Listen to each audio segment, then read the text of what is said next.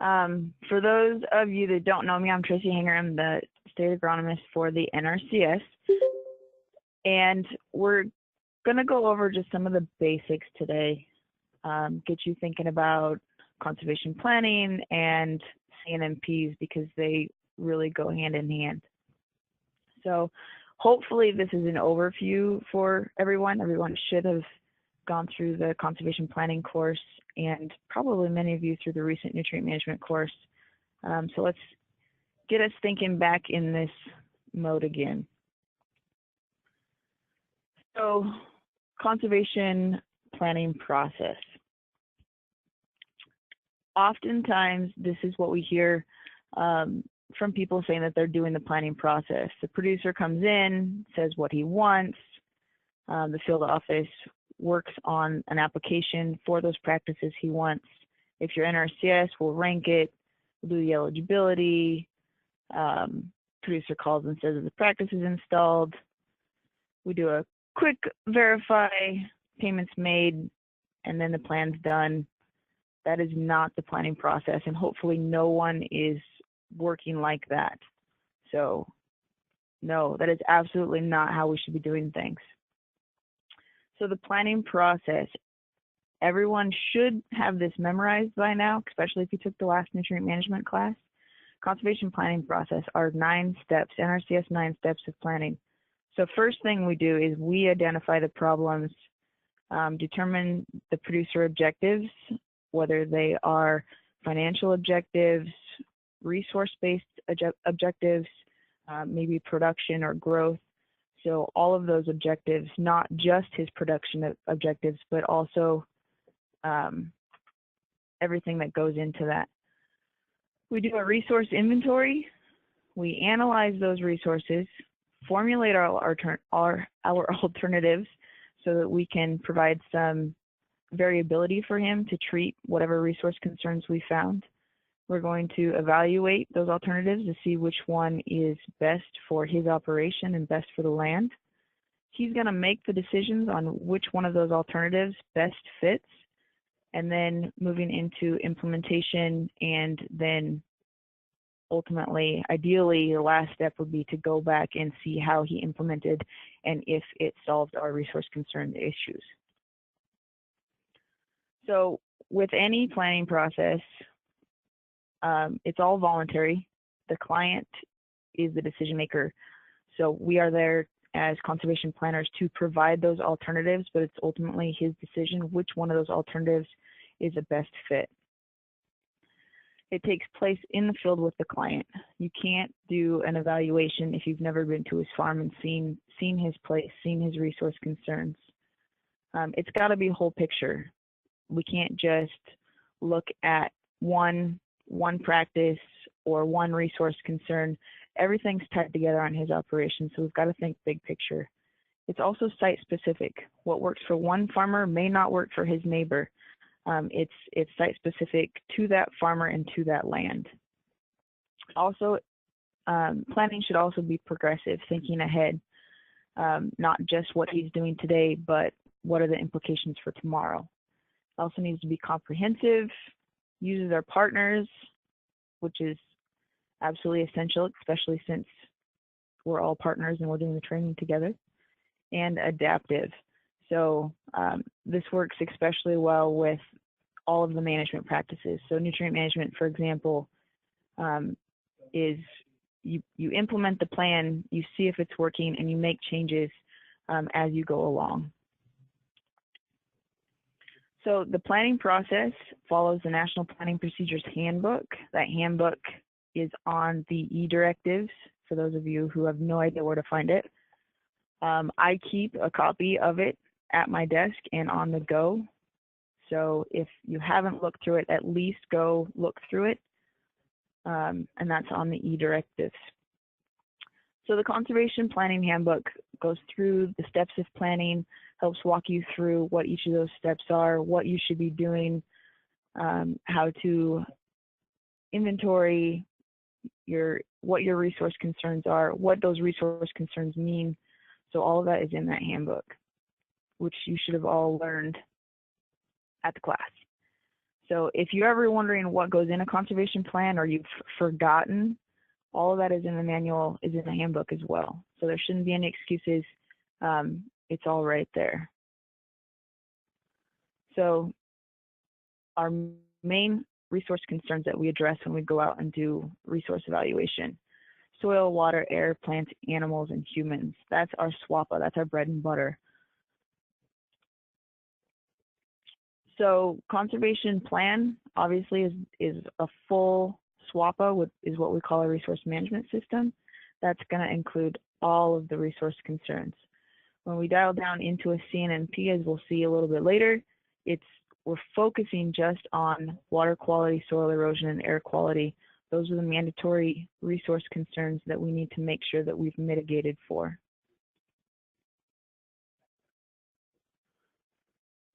So our resource concerns, again, like I said, water quality, soil erosion, and air quality.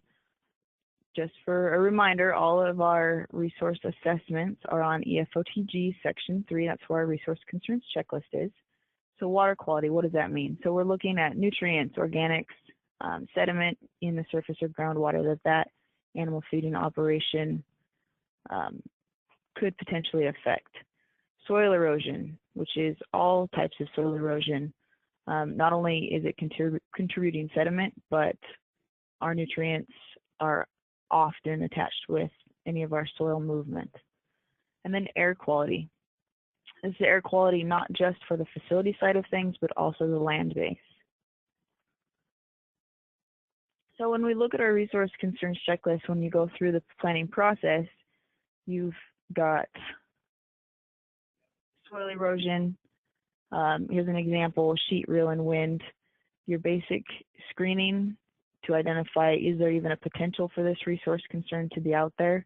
Obviously, if your ground is 100% or greater than 90% covered at all times and it doesn't have slope, your chances of sheet and reel are going to be pretty low. So the potential for that resource concern probably isn't even there.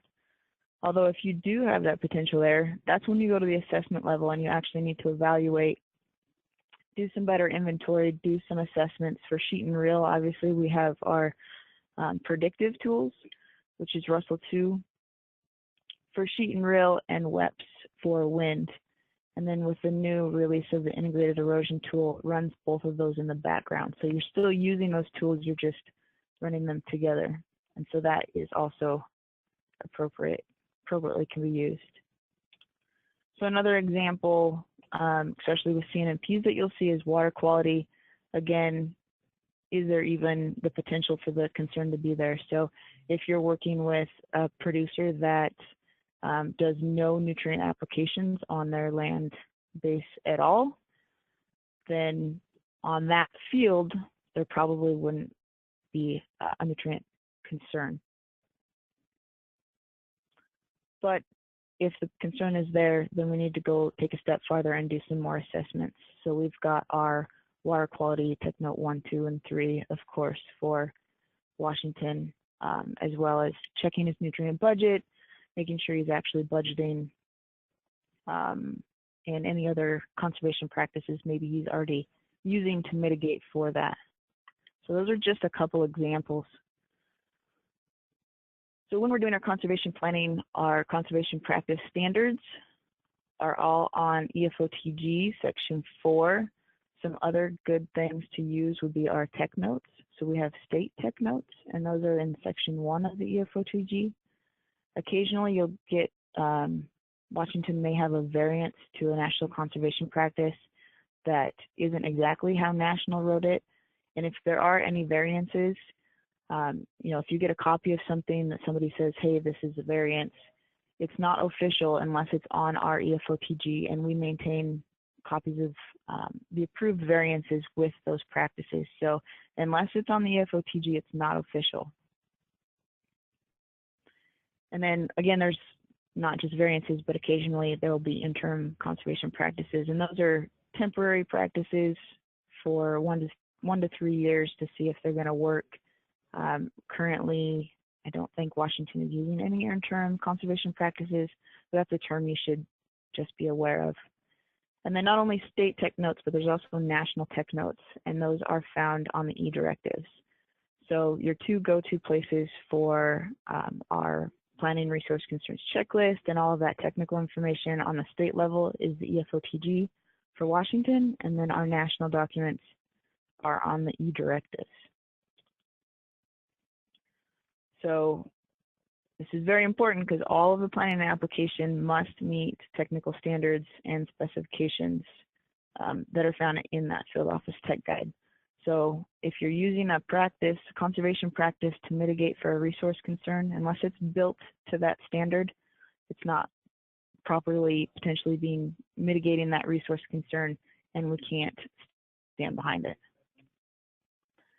So hopefully everybody knows what the EFOTG looks like, but when you pull it up, the table on the left, you've got your sections, 1, 2, 3, 4, and 5.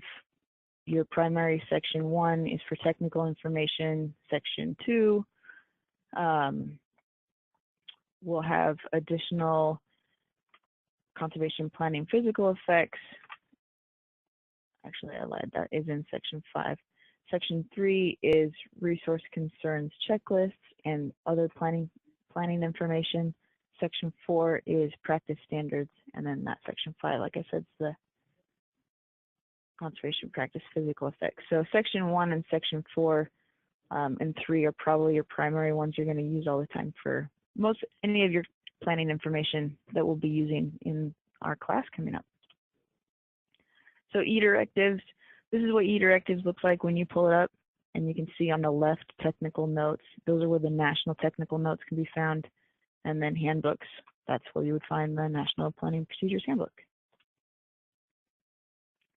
So that's just a brief overview on conservation planning. It shouldn't be new to anyone. You should all be conservation planners.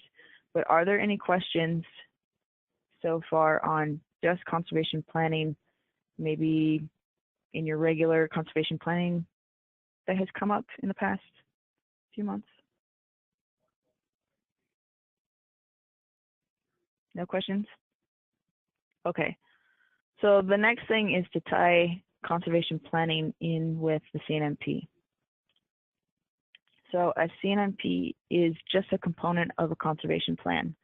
So as we saw in that one of those first images I showed you, it's a full RMS plan is all of SWAPA, and a CNMP is just a portion of that. So it's just the water, soil, and air. So it's going to include any structural practices, management activities that are associated with crop or livestock production. So this ensures that the purposes of the crop and livestock production and the preservation of natural resources are compatible. So this is where a lot of why we do what we do comes into play is policy. So in our environmental quality incentives program, it clearly defines what those livestock operations are. Animal feeding operations, so they congregate animals, feed, manure, dead animals, and production operations on a small land area. Feed is brought to the animals rather than animals grazing or otherwise seeking feed in pastures, fields, or ungrazed or on rangeland. So a lot or a facility where animals are confined and fed or maintained for a total of 45 days or more in any 12-month period. So this isn't a consecutive 45 days, that's any 45 days. And then it's also where crops, vegetation, forage growth, or post-harvest residues are not sustained in the normal growing season over any portion of the lot or facility. So if you've got some bare ground that isn't being sustained because you've congregated your animals there, that's really animal feeding operation where you've congregated them, whether it's covered or not. So those are pretty good definitions when you're trying to figure out if you're actually working with an animal feeding operation. You need to be looking at an animal feeding operation into a CNMP. So with the CNMP on that animal feeding operation, there's really two areas of concern. So you've got the production area, which is not just where the animals are, but where the food's stored, where you've got manure piled up, lagoons, all of those areas from the production. And then you have your land application areas. So it could also be some grazing land and cropland, or just cropland. So it doesn't have to be just one or the other. So who really is required to have a CNMP? So we've got policy both in our Environmental Quality Incentive Program and in our general manual. So if you're working with any of the NRCS programs, you need to prepare a CNMP when NRCS or NRCS designated agents, so that would be a conservation district doing some work for us, are providing technical or financial assistance to an AFO-CAFO to address manure or wastewater handling and storage, treatment, and nutrient management that involves the application of manure and wastewater associated with the AFO-CAFO. So that's general policy. And then it gives a little bit more in the EQIP manual. So if an EQIP schedule of operations includes animal waste storage or treatment facility on an animal feeding operation, the participant must develop and provide a copy of NRCS approved CNMP prior to the implementation of any waste storage and handling facility. So those are our policies in the manual. We need to have those CNMPs before we can move into a contract and do any planning. So that all that planning really needs to be done. Otherwise, we don't even know what kind of a financial assistance program we can meet or work with the producer on. So when do we implement a CNMP? So really, the point is we're providing technical or financial assistance to an AFO or CAFO, then we need to do a CNMP. Or any nutrient management activities that involve the application of manure. So even if we're not working on the production site, but we're doing nutrient management activities to help distribute the manure or to utilize it for nutrient management, we also need to make sure it's part of a CNMP. So when you're developing a plan, just like when you're doing regular conservation planning, you need to be in communication not just with the producer, but if he's working with a consultant or TSP, everybody needs to understand what's going on. So just like the conservation planning practice, we go through the 9 steps, we identify potential problems, we get the producer objectives, and then we go through inventory and evaluate, and then address the resource concerns related to the farmstead, animal feeding operation, and the land base. So that's crop, pasture, range, anything else receiving manure from that animal feeding operation. So after you've provided the producer with his alternatives to help mitigate for water, soil, and air, then he needs to decide on which alternatives are going to be best fit to do those mitigations. And that's ultimately what becomes the record of decision. So that record of decision is the producer saying, yes, these practices are the ones I'm going to use to mitigate for my water quality issue. There could be 3 or 4 different ways of getting to protection if we've got some runoff or something. So it's his decision on which one of those he's going to use to mitigate for that resource concern. The NRCS practice implementation requirements, they need to be developed as well for any of those practices that are planned. And this is to ensure that the practices that were selected for mitigating that resource concern can actually achieve their goals. So they need to go together. All the conservation practices in a CNMP, like I said before, must meet NRCS practice standards. If they're not developed according to the practice standard, we can't ensure that they're going to mitigate and achieve the results we want.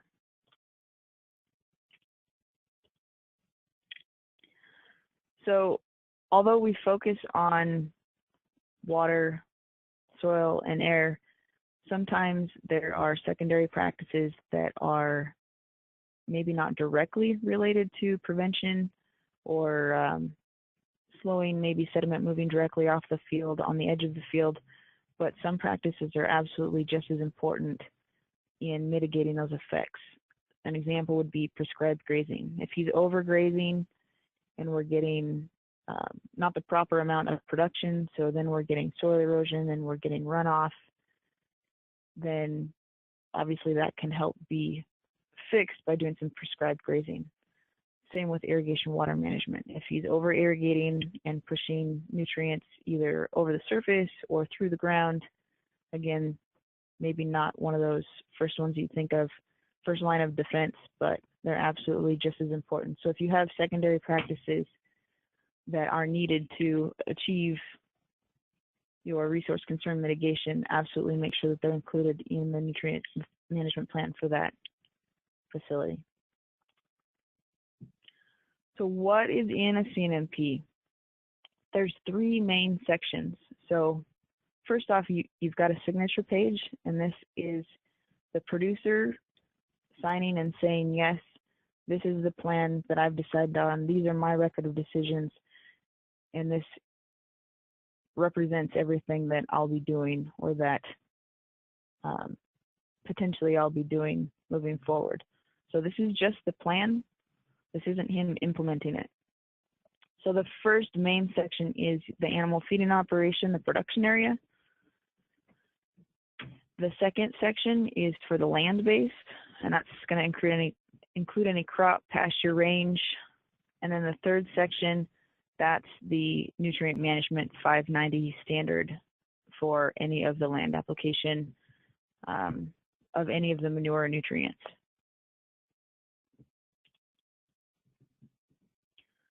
So everything else besides that doesn't go in those 3 main sections, everything else goes in the case file. So this is all the client information, all the notes you took about his objectives, any other concerns, the CPA 52, all of that goes in the case file. So there's other things to be considered that aren't a part of the case file necessarily always, but if he needs an emergency response plan, he may want that included, other utilization options, seed management, catastrophic mortality. Those are all things that may or may not be in your plan. So additional stuff for the case file, things you may wonder, well, what do I do with this? So like I said, assistance notes, all the extra geospatial layers, if you were looking at any flooding prone areas on maps, all of that extra stuff goes in the case file. Forms, worksheets, all of your assessments, anything else you use for inventory and evaluation. Photographs, receipts for service, engineering notes, and any record keeping as well as part of that case file.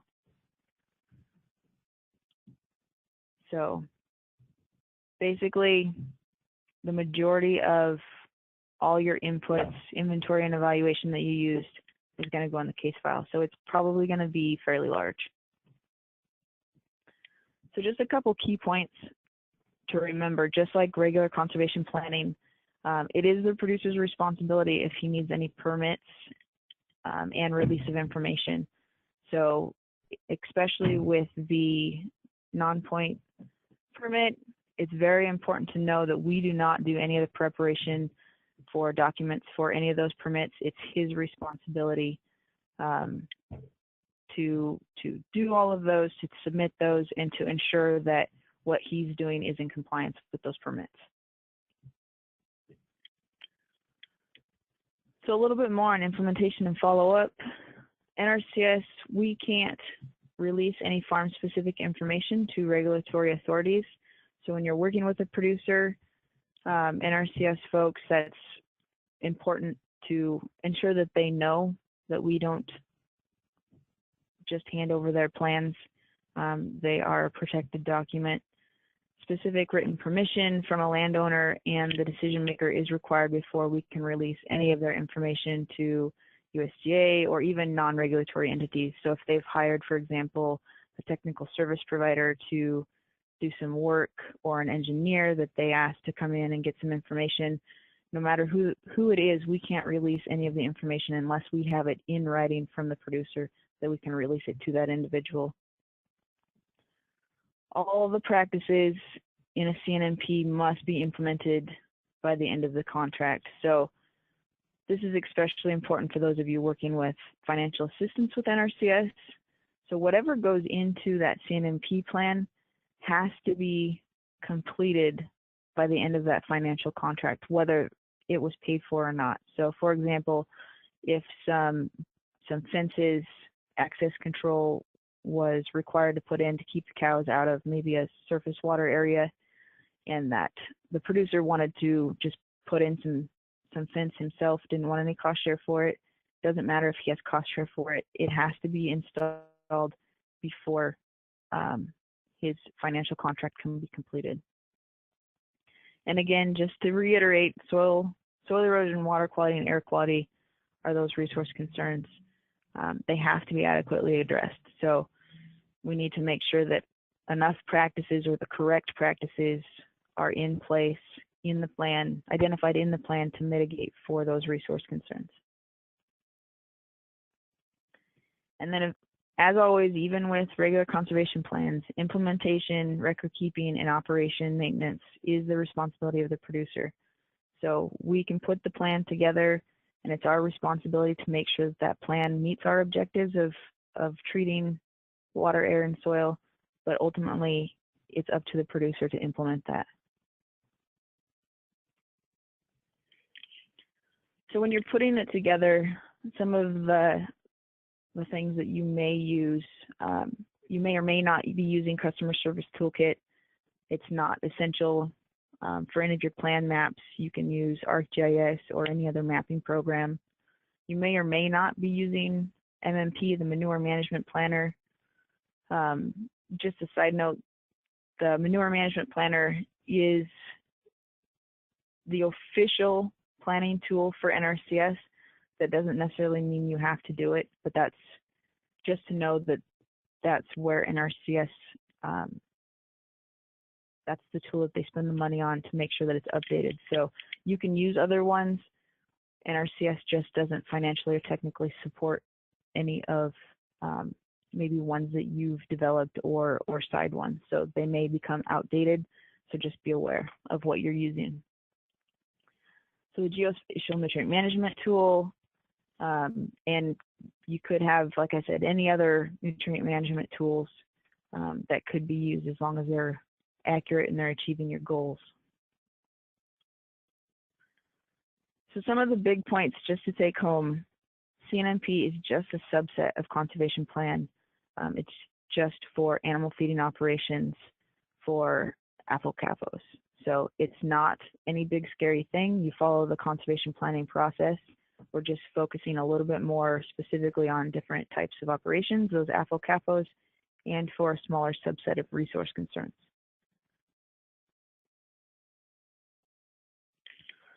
So it also needs to comply with state, federal, tribal, local laws and regulations. So if you're in a county that has very specific water quality regulations, or maybe even some tighter air quality regulations, your plan needs to meet those levels, even if they're not covered statewide.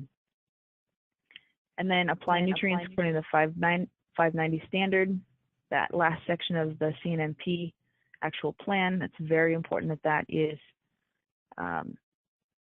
accurately representing what's going on out there, and that nutrients are not being over applied. And then the format of the CNMP needs to meet the national requirements. So we've got our main 3 sections in the CNMP document, and then the rest goes in the case file. And that those sections in the CNMP document, those are what are providing that record of decision for the client. So those are his decisions on what practices he's using to mitigate for air, soil, and water. So that was a super quick overview of the planning process and how CNMPs work into it. Does anyone have any questions?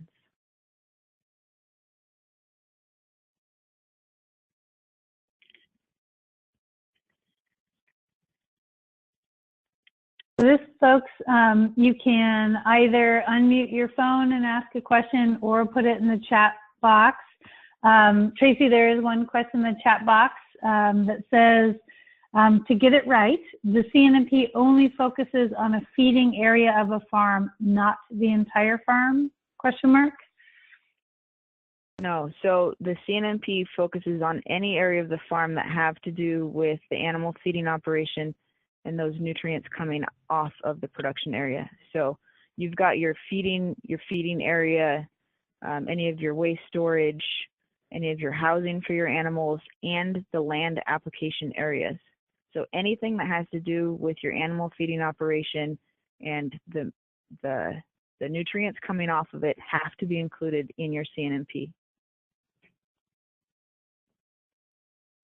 So I guess you could almost think of it, for all of you on the phone, most of you attended NMP. So it's like an NMP for the field part, and then in addition, you're adding all the animal facilities to it. Is that a good way to think of it, Tracy? Yeah, so it's just the one next step from our last class. So, yep, exactly. Yeah. If it has anything to do with your animal feeding operation, it has to be included.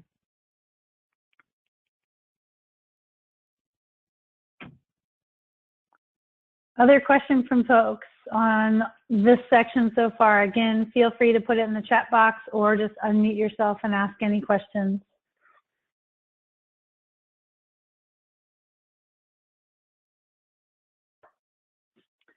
Okay, I'm not seeing any more come in, Tracy. Did you have more content on yours? Nope, those are the basics. So hopefully it's a refresher for everyone for conservation planning. It shouldn't be anything new. Okay. So I'm gonna, for folks, I'm gonna show you some of the CNMP resources. And Tracy went over a couple of them, but I wanna ensure that you guys really have a good handle on where to find these things, and that prior to the class, you're able to go and kind of, you know, dink around, if you will, and try to find some of these things so that you're coming into the class pretty aware and prepared for what we're going to be going over. So I'm going to show you a few of these, and then I'm going to show you the agenda and then talk about some of what to do for the class dates and so on and so forth. So the first thing I'm going to pull up is the ePhotog, and I'm just going to reiterate a few things that Tracy showed you. So obviously when you go in, you select your state, you select wherever you are in the state. And in here, as was mentioned, there's a few different, 5 different sections, all that have different information in there for you. What we're gonna focus on is section 3. And when you go into section 3, you're gonna go into conservation activity plan. You're gonna go into FY18 in there, and in here you're going to find 102 comprehensive nutrient management plan. And there's 2 different items in here. One is the CNMP criteria, and the other one is the template for the actual plan. I'd like you to download both of these things and review them prior to the class. I'm going to open up the plan criteria. I think this is going to be really helpful for folks to just be able to go over this and know what is in a CNMP. Just note, we're going to do a review of this in class, and the agenda is structured to some respect to follow this, you know, straight down, but still, please review this prior to the class so you have a good idea. So in here, you're going to find, obviously, the definitions of what is the CNMP, what goes into a CNMP, the general criteria of that. This is really important that you have a good sense of all these pieces, because this is the context that the class will cover. About here, talking about it's got to meet Nrcs planning criteria. So that's what Tracy just kind of addressed. It's got to meet all federal, tribal, state, local laws, rules, permits. This is going to be pretty specific to where you are in the state. There's some things that are the same across our whole state, but also be aware of all of your local rules, restrictions, and regulations. So you've got those in your head when you're going through the course. And then the rest of this, Tracy kind of went over already about that this is voluntary. There's document landowner decision that has to be recorded in that record of decisions, and it requires evaluation and documentation of some of these things, such as the National Environmental Policy Act, Endangered Species Act, so on. We'll kind of go over some of those things. The CPA 52 does a nice job capturing a lot of those items as well. So hopefully you're already nice and aware of what those things are. That's stuff you should have covered in the past. If you're unaware of these things, it's a great time to just look them up and just familiarize yourself with those so you have a good understanding of what are those extra pieces that need to go into a plan. And that obviously this number 6, that's what we're trying to get you guys towards, that you are trained and wonderful professionals who can do these plans. Some folks might even be working towards their TSP certification. This is a step on the way to get there. And then the other 2 pieces, obviously working within the nutrient management standard from nutrient management planning course, you should be nice and familiar with that. If you're coming into this course as a refresher, I highly recommend that you pull up the newest version of the 590 and just go through it. Make sure that you're familiar with all the contents in there so that when we're in class, that's something that's already familiar in your head. So if it's been a couple years since you've looked at that 590, please look at it and make sure that everything's up to date. That was updated just at the end of last year. So really do ensure that you've got the newest stuff on there. And here, this part talks about the format of the NMP. So this is, or CNMP. So this is just a great thing to go through, and it gives a lot of detail about what goes in there and what that looks like. So please just look that over on your own time. Again, we're going to be going through each one of these areas. You'll see through the agenda talking about animal inventory, manure storage, the NACSAT tool. I will just kind of highlight this one, that we will have a special kind of evening training session on this, but this is one of your prereqs too, to just open up this tool, watch the little video that goes along with it, and just try to use it. Just go through an example of it, goof around in there a little bit. Hopefully some of you actually attended an ACSAT training that was held last year, or maybe it was the year before, but here at least you've got a link in this document to go find that. You can always just Google NACSAT. Trust me, it's the only thing with that acronym, so you'll be okay. But please just try to go through that tool a little bit, knowing that you've also had a lot of air quality prereqs. Hopefully that gives you a nice background. If it's been a little while, again, if you've done a lot of those prereqs for NMP and you just need a little refresher, please do, because this is a really important component of NMP, and I think one of the areas that's a little bit lacking in strength for folks, and while we'll have a section in our agenda, it's just a good area to come in with as much background as you can gather for being really strong in that. The rest of this, record of decisions, this is talking about different codes and various things that will go in here, and practices. So again, just look through this. The soil erosion component here, a lot of this stuff is that nutrient management component that we've gone over previously about tests and what are the risk assessment tools that you're going to need to go over, knowing crop rotations and so on and so forth. Hopefully none of this is new. This should have all been NMP. But again, if you're coming in as a refresher, it's been a couple of years. This is great just to look through all these pieces. The TSP deliverables, you don't have to worry about as much unless you're going to be integrating, of course, in with Nrcs. This just gives you an idea of what you have to turn in for any one of those plans.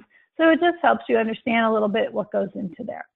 So hopefully this document gives you a little bit of background. The other document that was in there was the plan. No, that's not it. Was the plan itself. So you can also just pull up the plan template. And this is also similar to that other document that just kind of put it all through. This one's just going to show you exactly what goes in this plan. So even printing out the table of contents or just knowing These are all the different contents that belong in that plan. I think is going to help you, again, to know what should I be thinking about, what goes in this plan. And it kind of might help, like that question we had earlier about, you know, is this just for the animal facility? Do I have to do fields? What's going on? By just reviewing this different sections of the plan, that should help you understand really what's going to go in there and what you have to put in that plan. Any questions so far on those documents?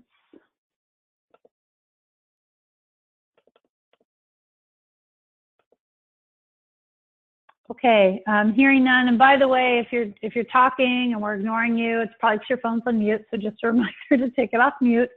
But anyway, again, you can find both the two documents that I've shown you nicely nestled in section 3 of the ePhotog under that Conservation Activity Plans 102.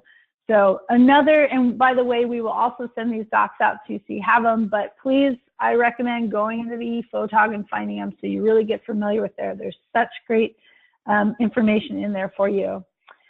Another sheet that came out that we'll be able to provide you if it helps. This is a bit of a CNMP. It's very related to the CAP 102, but it kind of gives a little bit of a checklist for you when you're going through a plan. So this is something we'll double check on this and provide this for you in the class. It might help you just kind of get through what do I need to have in the plan. So I have to make sure that we have the most recent version of this for you. Another thing that I'd like everybody to review before you come into the class, if you, same section 3, the resource planning criteria for RMS, in here, you're going to find the newest field evaluation sheets for cropland, farmstead, and so on, pasture and rangeland again. So if you click on farmstead and you do the resource concerns checklist, this is something that we showed in NMP and hopefully you used, and here at least you can find it in that ePhotog. But this is just a great resource concerns checklist that we'll be able to use. This one is a fillable form, which is kind of nice. You can print this out, fill it out by hand in the field, and then if you want to go back and make it a little bit nicer, if you will, via this fillable form, you can. So just please print these off and review them. We'll have copies for you in class, but just so that you know where these are and just look through them a little bit. What are all the different tools and various things that might be in here that I need would be great. And again, these were updated very recently. So again, if you're coming in as a refresher, just please look at all 3 of these so you have a good standing on what they look like, where they are, and maybe even, you know, just kind of review each one, as I mentioned. So again, you've got cropland, farmstead, forest land, pasture, and range are the ones that are in here. And so we probably won't use the forest land, but we'll certainly use the other 3 during class, during our evaluation phase. Any questions on those forms and sheets? Tracy, did you want to add anything in relation to the NMP kind of format or CNMP format, or tools or things that they should review prior to class that maybe I haven't covered so far? I think those are the big ones. Okay. There's some other information you can find here and there, by the way. If folks are kind of moving towards their TSP, you can look what that looks like for the CAP plan, for writing one of those for CNMP. You can see all of the different practice standards that are in there. It's great to kind of review some of these and understand which ones relate to the CNMP so that you have a good idea of those things. So that's just another kind of reference material that you've got, or something that you can look through if you like. So at this point, I'm going to go over some of the, just ensure everyone's on track for doing their prereqs and making sure they've got everything for the course, and we can answer any questions. If you go to the CTD website, so Center for Technical Development, it's wactd.org, and you go under training, you will find information in regards to this event. So the dates, registration forms, course agenda, this webinar information. We'll have a recording link up there. And then all of your required prereqs for the course. Obviously, everyone's done the conservation planning and nutrient management tracks. So these are ones that even to get this far, you've already done.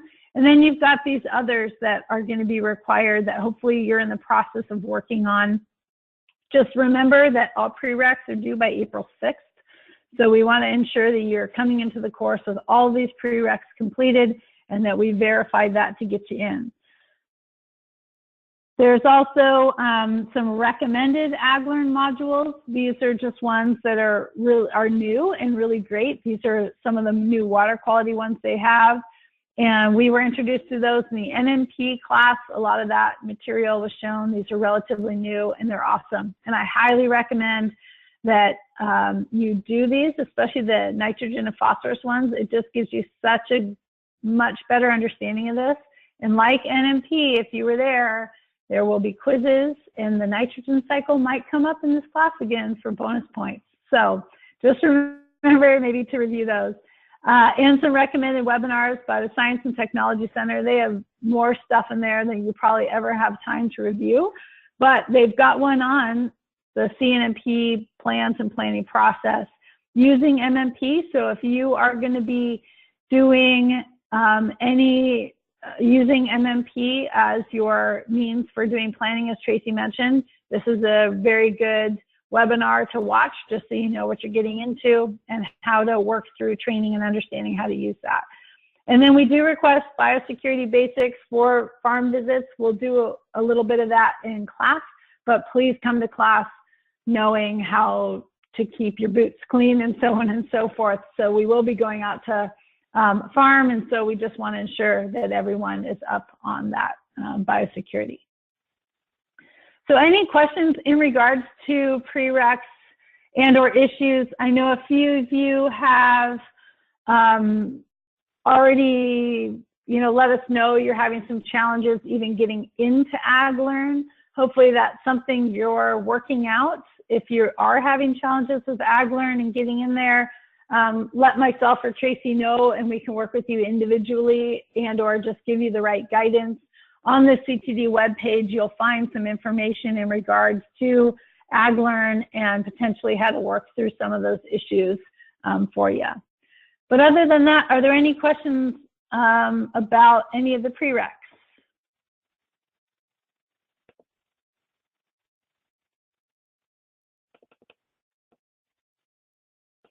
Okay, I've got one question in the chat box asking about, are the additional AgLearn modules, are they shorter or longer? I don't know how to answer that. I guess it's all relative on shorter or longer than the other ones.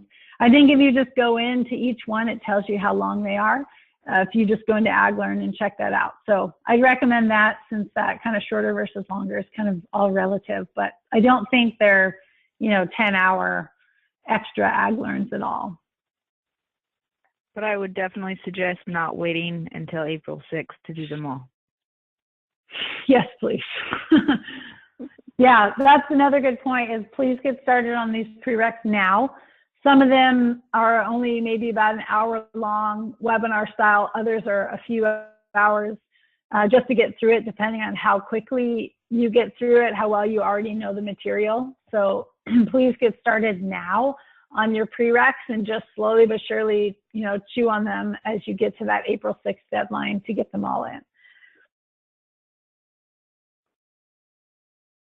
Other questions in regard to prereqs?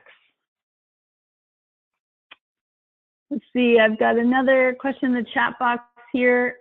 Question is, for the required prereqs that don't have a certificate associated, what kind of, quote, proof is needed to show that they were completed? Who should planners send that information to? It's a great question. So for the majority of all these, there is a certificate. The additional recommended webinars, you don't have to show us proof for. I believe that all of the required prereqs do have, minus the NACSAT tool, do have some type of a certificate with them. So please just kind of keep track of those. The recommended ones, you don't have to show us proof that you did. We just highly recommend that you do them. For the NACSAT tool, one thing that you could do is if you go into the tool itself and you maybe just mentally pick a farm and go through it and just do an example, just do a screenshot, or you can actually save as a PDF that farm that you did, and you can submit that as your certificate or proof that you did that section of it. So I think that would work really great. All of that information is going to go to Jan, so you should have received emails up to date from Jan, who is part of our Center for Technical Development, helping organize this course. And she sent you emails already about, you know, the mentor and scholarships and the webinar and registering and so on and so forth. And so there is a registration form that you check off which prereqs that you've completed, and all that information will go to her. And Tracy, I don't know, NRCS wise, I believe you guys might have a little bit different system for how that's all captured. Is that correct? Yeah. Or are you on the same? Okay. No, that's correct. I'll be able to, I'll go ahead and pull all of your items out of the AgLearn system, although those, anything that's not done through AgLearn, you need to send me an email, such as the NACSAT stuff. And if you haven't done Russell 2 or WEPS or the IET with me, then make sure whoever your, probably your area specialist is that helped you, just let's have them shoot me an email saying that you've done some practice or some work with those tools. Yeah, so just for clarity, if you're NRCS, your materials will go to Tracy. If you're a conservation district or other partner, your materials will go to Jan, and you do need to print out all of those certificates. And if for some reason you forget all that and you get confused, just send myself or Tracy an email. We'll work it out with you. Any other questions about prereqs? These are great questions, by the way. I'm guessing they're helping benefit the whole class. So if you do have a question, please chime in or put it in the chat box, because I know it'll help everybody. Okay, if something comes up, please feel free to interrupt. I'm going to go over the agenda now and what we've got planned for the week. So I think this is going to be a great class, but it's also a ton of stuff. So we were hoping the webinar today was able to at least get a little bit of that material, the basic front row stuff, if you will, out of the way so that we can really get into things. So the class starts Monday, April 16th, and that will kind of just start, obviously, with some icebreaker activities, a quiz. You'll get to know our quizzes. They're pretty famous. An introduction to the course, that's when you'll really get to know Jeff Porter, and he's going to be your liaison through this throughout the whole week. We're going to kind of cover that regulation, policy, and agency roles. I think that's a clarifying piece right off the bat that's really helpful for folks to understand. And then we're going to go into those tools that I showed you for farmstead, crop, and nutrient management planning, going into each one of those areas that is required in that plan so that you're ready to go and understand how that works. That first day, we're also going to have an optional workshop on soil loss programs, Russell 2, WEPS, and IET. For IET specifically, if you don't already have that installed on your computer, and I think NRCS, you guys have it pretty easy through Toolkit to get this. For district and other partners, I highly recommend that you get this installed on your computer.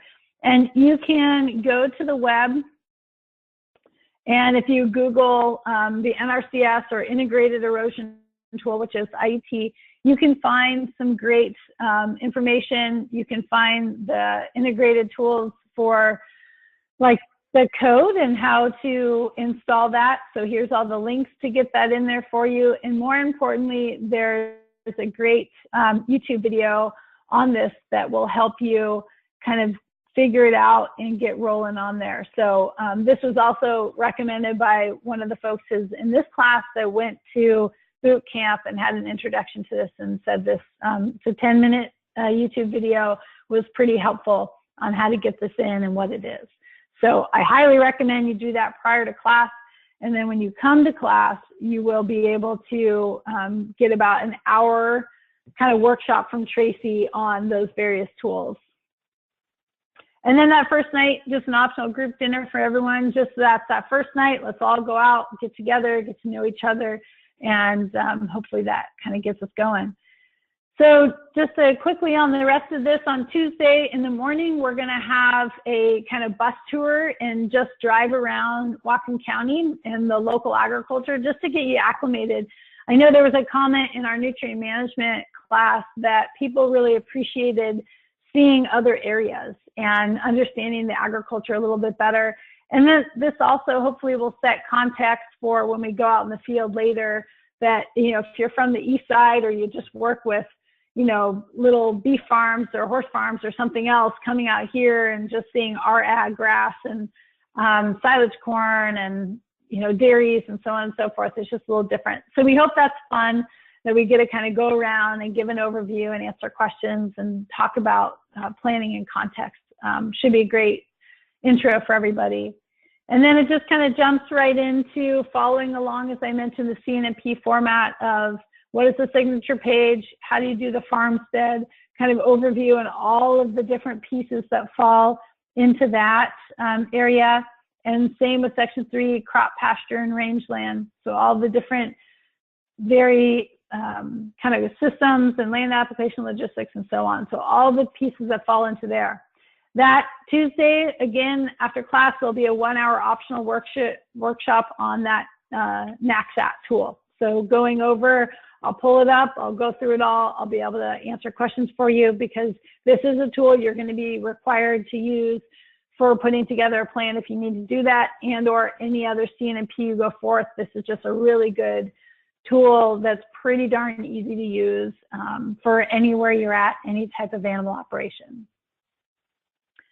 And then Wednesday, oh, I should also note, by the way, lunch will be provided for you on Tuesday and Wednesday. You will be expected to bring your own lunch on Thursday, and since Monday and Friday are half days, you'll also be responsible for your own lunch. But we will be providing lunch on Tuesday and Wednesday for you in the classroom. Saves a lot of time, and also it's where we're at. There's not as much nearby. Was there a question? Side note, yeah, just a side note for NRCS folks. Since lunch will be provided, you need, when you do your travel authorizations, you need to remove lunch for Tuesday and Wednesday. Logistics. Okay. So Wednesday, we're going to be going over all the different things of nutrient management, other considerations. So these are all the different plan components, and then talk about the difference between CNMPs versus dairy nutrient management plans, CAFO plans. So just compare and contrast all of them. And then doing checklists. We'll have another optional workshop to go over some of the planning, the nutrient management planning tools like Waste Calc, WSP, or MMP. So there'll be a few of those different examples that, depending on who's there and what you want to hear, we'll go over those. Thursday is our big field day. So again, we'll have a little biosecurity in the morning, talk about the importance of communication, and then do site prep exercises. So, you know, what would you do before you got in the field? What do we gather together? And then we'll be going out to a facility that we're going to do kind of a comprehensive, if you will, assessment of that farm, and come back to the office.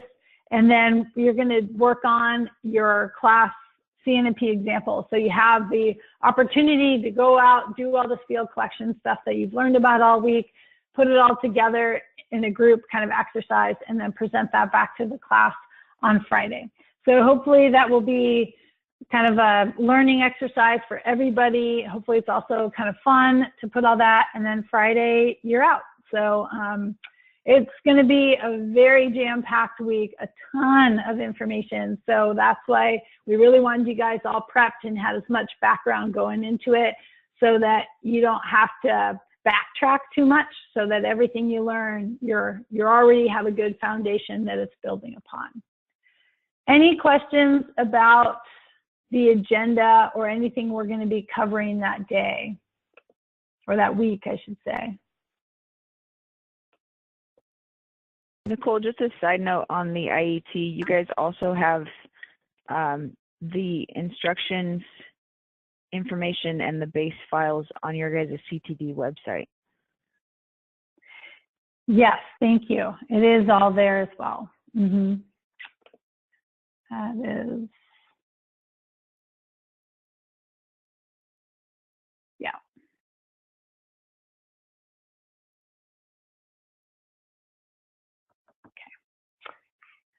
Okay. Any other questions about agenda or those pieces? I'm going to do a few more logistics here, but specific to the agenda. Okay, Tracy, anything you want to add to that? Okay. I had one question about Russell 2 and WEPs, and we did a little bit of Russell 2 and WEPs in the NMP course. So as long as you have a good understanding of the inventory needed to go into those and have an understanding of the tools, that will be fine.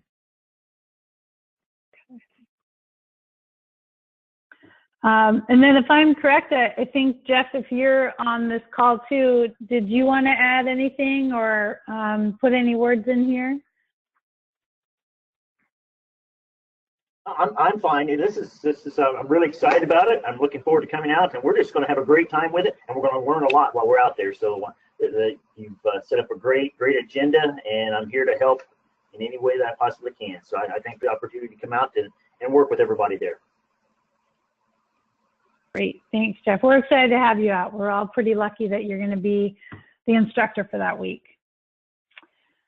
Okay. I want to do a few course logistics here as well. Just a few reminders on dates. So coming up March 16th, that's pretty soon, is when you need to book your hotel room by to get a special rate. So that information was sent out to you, the Oxford Suites, where that's going to be. By March 23rd, if you are doing this as a new course, you need to have a mentor. So it is your responsibility to find a mentor. A mentor is not going to magically find you like a fairy godmother. So please find your mentor and let us know who that person is. If you're doing this as a refresher and you're not going to be writing a plan, you do not need to have a mentor. So this is just for those who are, this is the first time in CNMP, you're going to be writing a plan for course completion, you need to have a mentor with you. If you are a conservation district employee, not NRCS, we have $500 scholarships available. So please, that information was sent out to you. If you would like to request that, that can cover anything. That can cover your time to do prereqs, travel, that week of your time while you're there, whatever you need it to use, it can use. So time and travel is what, it won't cover per diem, by the way, but time and travel otherwise, that will cover for you. So if you need that, please, please, please request it by that March 30th deadline so we can get that to you. April 6th, as we noted, prereqs and registration forms are due. Please get all that together. If you're not going to meet that date for some real reason, not that you just didn't get started on time, just let Tracy or myself know and we'll work with you on an alternative date. But please know that those prereqs need to be completed prior to you entering the course no matter what. And then also, please let us know if you have any food allergies. As I mentioned, we'll be providing lunch for folks for those 2 days. So if you have food allergies, gluten, dairy, whatever else, vegetarian, whatever else it is, food allergies or sensitivities, please let me know sooner than later. I would appreciate, but definitely by April 6th. Otherwise, we won't be able to accommodate that for you. So those are just a few dates to remember. You should be getting emails. If you're not for some reason, please let myself or Tracy know. And we may have your email address wrong or something else, I'm not sure. But those should be coming from Jan directly to you, and you'll keep getting those as reminders as we get closer to the course as well so that you don't miss anything. Questions about these dates or anything for logistics for the course so far?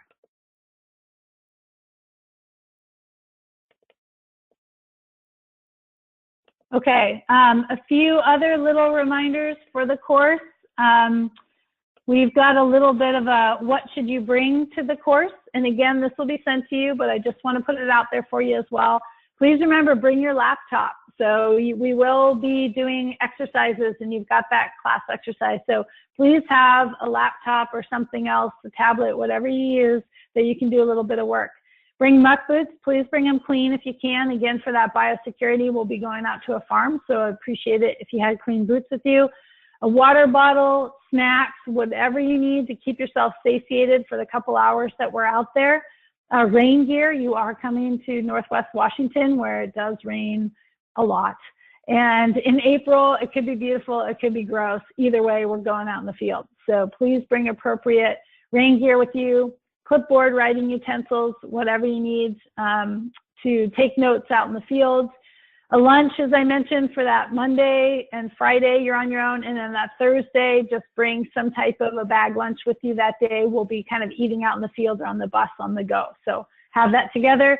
And then whatever else you need to be comfortable in the classroom and in the field, and whatever else you need for the week. But these are just a few things. We just want to ensure that you remembered to bring, that you've got your list for packing and being prepared for the week. Any questions about what to bring to class? Any of those items? Just a comment to add. Again, don't forget that you need to have whether you're using the full tools, Russell Tour WEPs, or IET, please have those on your computers before you come, just so there isn't time wasted trying to get those installed. Yeah, great reminder. Yeah, if you don't have them installed, it's going to be tricky to use them. So yes, thank you, Tracy, and or any other tools that you use for assessments. Just be sure that you've already pulled them up, like we showed you those, the field sheets, the field evaluation sheets, or phosphorus index, or whatever else that you're going to use. Just ensure that you've at least pulled those things and looked at them. I think that's it for items to bring to the course. I think that that's pretty much, and just checking all the things I've got open, everything that you guys might need for primers on things. Again, if you've got questions about the course and where to find prereqs, etc., which ones, please be sure to check on the CTD website. We try to keep that as up to date as possible for you guys, so that it's all current and accurate information for you. So I think this last bit of the webinar we've got just open for Q&A. Tracy, if there's additional stuff maybe I haven't thought of that you'd like to put forth as well, this is a great time. But that would be great. I actually do see one question here that does relate to some of these other pieces. It says, where in Bellingham are we meeting? I don't think I've seen an address. That was sent out to you. We're meeting at the Oxford Suite in Bellingham, and it's on the Guide Meridian. We can resend that information to you after this webinar, so I'll have Jan just resend that so everyone really knows that. You'll be, the meeting will be at the same place as the hotel. So if you've booked your room at the Oxford, the meeting room is just downstairs. So it's pretty darn convenient for your lodging and classroom, and makes the commute pretty short. So that's same spot for the hotel and the meeting space.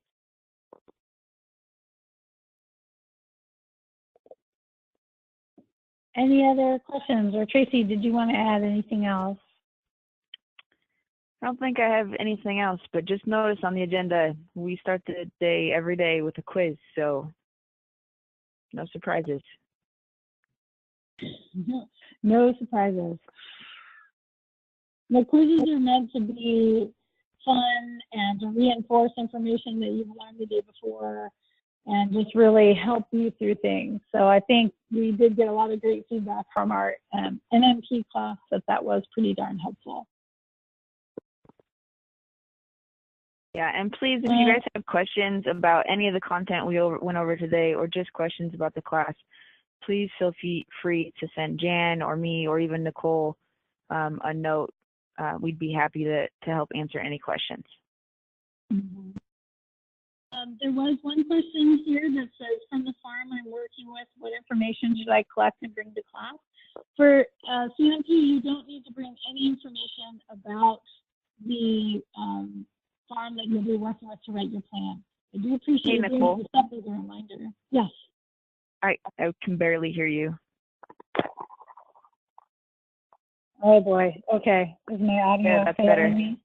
Okay. I can hear you now. Okay. There was a question here about what information should you bring for the plan that you're going to be writing after class.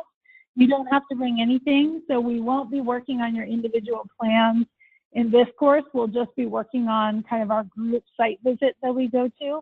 However, it's a great reminder that start looking for a site that you're going to be writing your plan for this course, so that when you are done with this course, you can just hit the ground running and get right out to a site and start doing all of the different processes that are required for CNMP. So start thinking ahead so you don't have to waste weeks and weeks trying to find a farm or where are you going to go, what are you going to do. It's really good when you meet with your mentor ahead of this class to talk about that. So your mentor hopefully will have a lot of guidance for you on what type of farm you should choose for doing a plan, your first CNMP, and what type of information you're going to want to collect. But prior to this class, you don't have to have that set. The NMP class we did, so that was a little bit different, but this class we do not. Any other questions from folks? Do we have chances to win prizes from the quizzes? Depends on how good you do of whether prizes will be awarded or not. So study up for the first one and we'll see how it goes. Worst case scenario, you'll probably get highly sugared or caffeinated treats so that you really keep your focus. Great question though, Jay. Great question. Any other questions from folks? Yeah, it's hard to hear you, Nicole, but does anybody else have any more questions?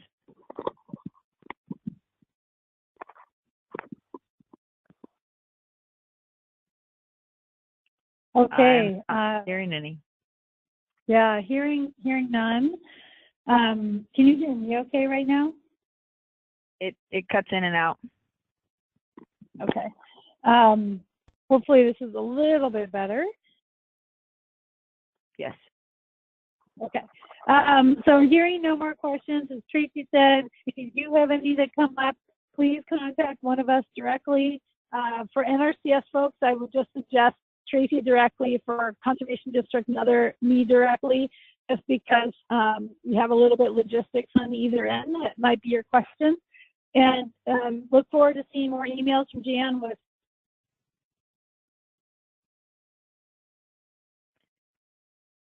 All right.